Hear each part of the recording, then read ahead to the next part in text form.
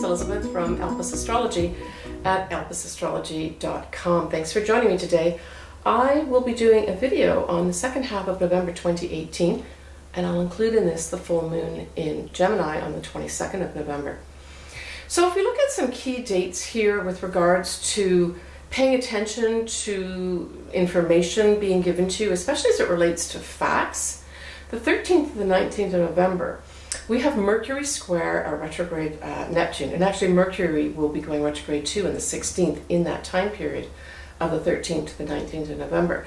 And I would say during these few days, just pay attention to what you're giving as information or facts, or what you're receiving from people with regards to information and facts.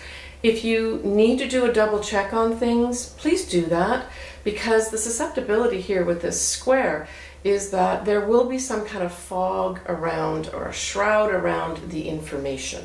Now that may play out in the collective where we're fed some more false news. But pay attention to that individually, that you've got your facts right and that the information you're receiving is correct, all right?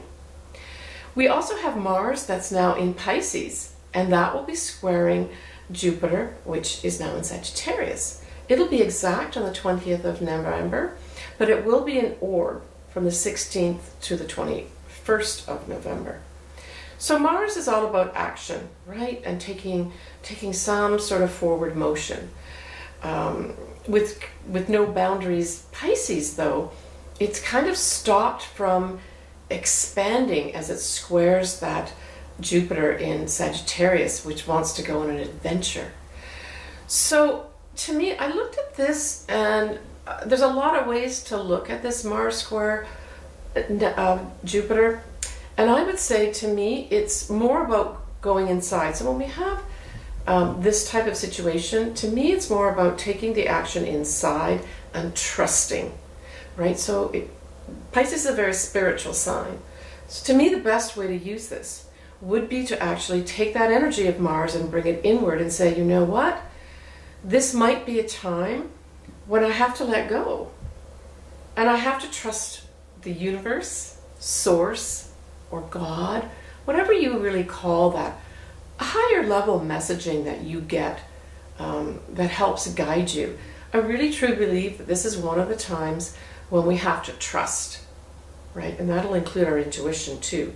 Pisces also has that intuition. So we might actually have a heightened intuition at this time too. And Sagittarius is all about altruistic things, so taking the high road. So if there's anything that you want to put energy into, say for instance, especially with regards to planning, something from an altruistic standpoint where you're truly helping those in need, you may get some help from the universe at this time. We have Venus finally going direct on the 16th of November, along with Mercury going retrograde in Sagittarius on the same day. They're just kind of hours apart. And Mercury retrograde in Sagittarius will be there till like the end of the first week in December. Now, with the Venus going direct in Libra, there certainly will be a sense of relief from the drama that's been going on. But now, with this Mercury retrograde in Sagittarius, I came up with one word: contemplation, right? We've been through so many retrogrades of outer planets, inner planets. We've had Mars go retrograde, Venus go retrograde.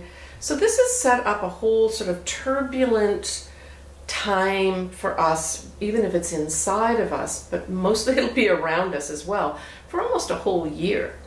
So with this final Mercury going retrograde in Sagittarius, to me it really is a time of contemplating, where have I been and where am I now going?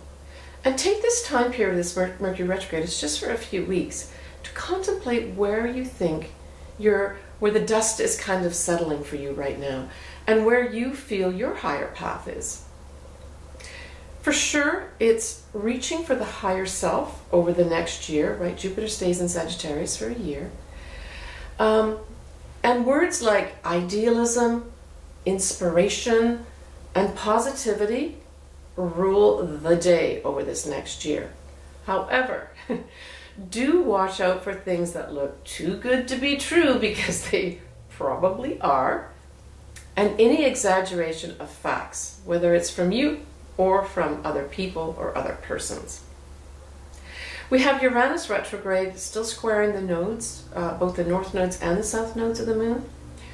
So I would say take this square in a positive way and put energy, right, because Uranus is certainly full of energy, even though it's retrograde, into inspiring others to reach for higher ideals that nurture the individual. So you still want to nurture yourself, but you want to do it via serving mankind and those around you.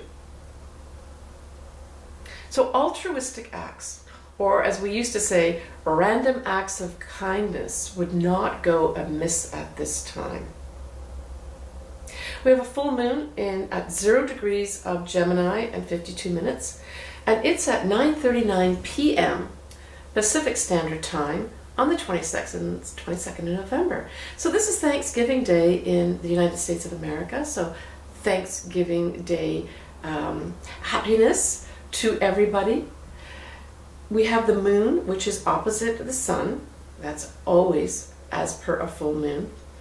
And we have the sun conjunct Jupiter, but the moon opposes it.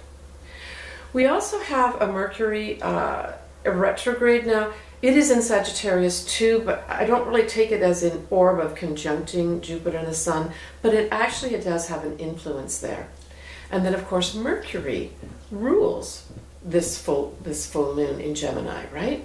So to me, this says a lot about our thoughts, our thinking, our speaking, maybe, really exchanging conversations with people, especially during this day on the 22nd. And I see it all as positive. The fact that it's at the 0 degree mark of Gemini, to me also says, even though this is a full moon, which kind of says culminations and endings, when I see that 0 degrees, I always feel that it's a beginning.